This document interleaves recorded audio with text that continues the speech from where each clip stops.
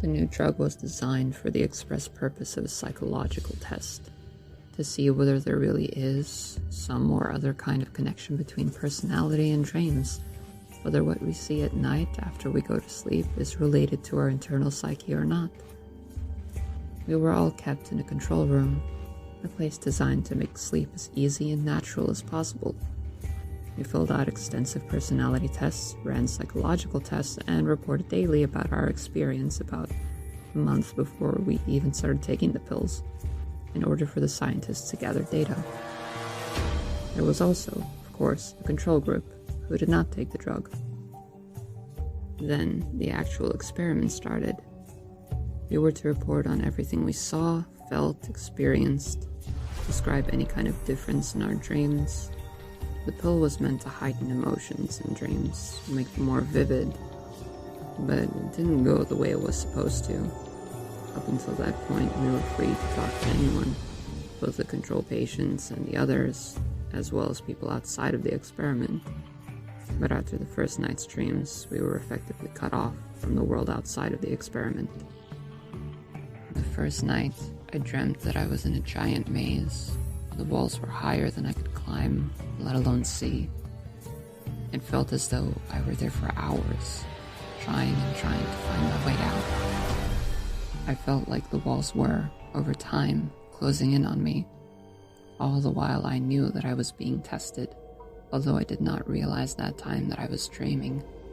In the end, I was only able to wake up once I made it through the maze.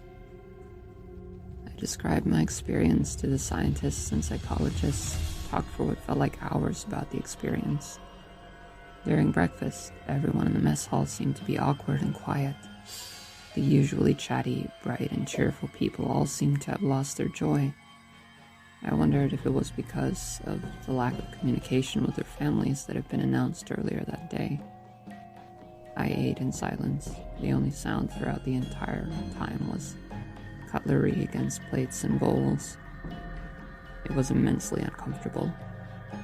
The day was spent dreading the coming night, trying to fill the time with pretty much anything. I finally fell into an uneasy sleep, and this time, I wish I knew that I was dreaming. I was led into a cave by some small, devilish creatures, and given a tour of sorts. For the first while, there was nothing. It just seemed like a scary, claustrophobic cave entrance. Eventually, after some time walking, or rather crawling, through the narrow cave, we came to what resembled a scene straight from hell. There, I saw more of the small demon creatures, thousands of them, if not millions, all being tormented and tortured by one another, many of them to the point of being ill. It was just sounds of violent vomiting and screaming, contorted evil laughter and sad whimperings. It was hell for demons. I panicked at the idea of being unable to return to the outside world, at the idea that I would not be let outside, and would, even if I tried to run, not be able to find my way out again through all the intricate twists and turns of the various tunnels. When I finally got out, still escorted by the small creatures, I immediately woke up. For a while after the dream had ended, I was terribly shaken, feeling ill as a result of everything I'd witnessed. I answered the question the scientists and therapists had for me in a daze, and headed to breakfast feeling more tired than I was the previous night, going to sleep. That morning, the patients were more talkative. Everyone now spoke in a low murmur. It was as if everybody had, somewhere overnight, formed cliques, small groups of people who sat and talked to each other. Without exception, my own group was decided for me, it seemed. 3 people roughly my own age, with one seemingly a bit older. Despite being the smallest person there, he seemed to assume his age meant he'd be the natural leader, and he wasted no time in telling everyone his plan. "It's these pills, these damn pills," he whispered as loudly as one could whisper. "What do you mean?" I asked, not whispering but talking softly. "What do I mean? What do you mean, what do I mean? These crazy dreams, that's what I mean. We're all having them and it's driving everyone insane." "Oh," I merely said. It never occurred to me that everyone had been quiet the day before due to them all, by some miraculous stroke of fate, also having these horrid nightmares. "Listen, none of us are taking that pill tonight, do you understand?" he insisted. I nodded. I didn't like this man, but I agreed with him. Something was seriously wrong, and looking back at it now, the cold and callous response from the scientists and even the psychologists was not normal. "Each of us has a small trash bin. I'm pretty sure they'll check it in the morning, but until then, you should have at least one night's good sleep. Do you understand?" "Yeah, I'll do it," I told him, skeptically. I was unsure if his plan would work. I had assumed the researchers checked everything that we were doing, but if they had cameras set up in the rooms, they would surely say something immediately if they saw me throwing out the pills. I went to sleep feeling nervous and anxious for different reasons this time. That night, I dreamt of a large factory. Someone was guiding me through it.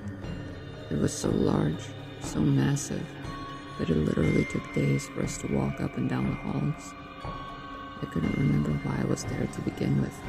I just knew that I was so far into the building that I would never be able to get out on my own again. I asked the woman walking alongside me whether we were almost done. She shook her head and smiled at me.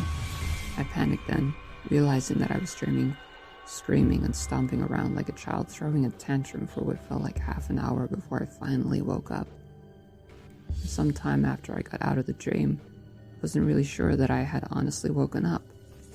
I kept asking where the exit to the factory was, unwilling to believe that I really had managed to get out of there. It took me more than an hour to realize that I had not taken the pill and still had the abhorrent dreams.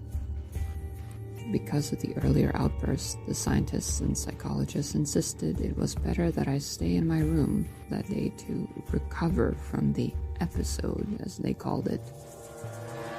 I racked what was left of my brain trying to figure out what had happened. Had they spiked my food, somehow gotten the pill down, or given me a shot while I had gone to sleep? As I was staring up at the ceiling, the answer hit me. It was something in the air, literally. All the professionals had worn masks whenever they entered the room. Even the people serving the food and handing out the pills were all wearing masks.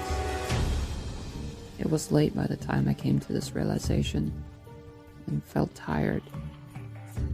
I briefly thought about asphyxiating myself, and then I was asleep, dreaming again. My last thought as I drifted off was that the days in the lab had become shorter and shorter as the dreams had gotten progressively longer. This time, I knew from the beginning that I was dreaming. I had always hated the ocean. I'd expressed this hatred on many occasions.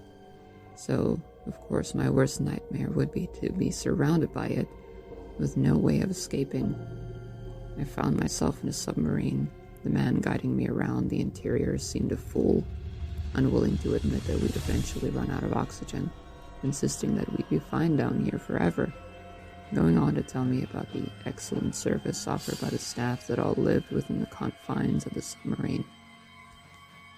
I sat in the half-darkness, surrounded by the color I hate most, surrounded by the actual thing I hate most, surrounded by idiots who insist we'll be fine down here forever. All the while, I cannot wake up, no matter what I do.